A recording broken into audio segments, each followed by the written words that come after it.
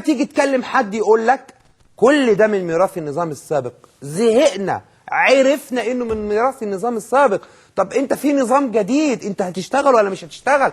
ولا هتعيش على ان كل ازمه احنا هنخش فيها او هنقع فيها او في فقر في البلد دي في المعلومات وفي الحريات وفي التواصل وفي التوافق، ومتفرغين للحروب بس على إشي قضاء وشي إعلام وشي فن وشي ثقافة؟ إيه ده؟ لما كان يقول لي النظام السابق، ما أنت لازم تديني يا عم، اديني أمل، زقها لي زقة حبة لقدام، والنبي حبة لقدام، حبة من الناحية الفكرية يا جماعة.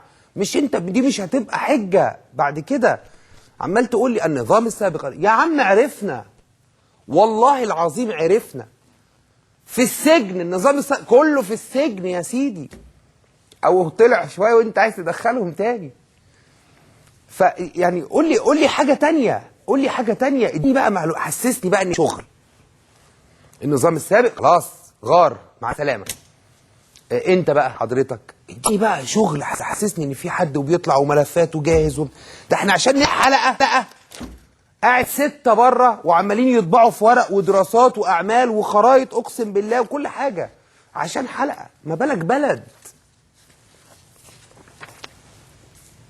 شكرا. طيب انا الحقيقه عايز اروح لعدد من الاخبار السريعه. طبعا النهارده كان في بيان لجبهه الضمير حوالين المحكمه الدستوريه العليا وقرارها بخصوص تصويت الجيش والشرطه. انا شخصيا قلت رايي امبارح، يعني قبل بقى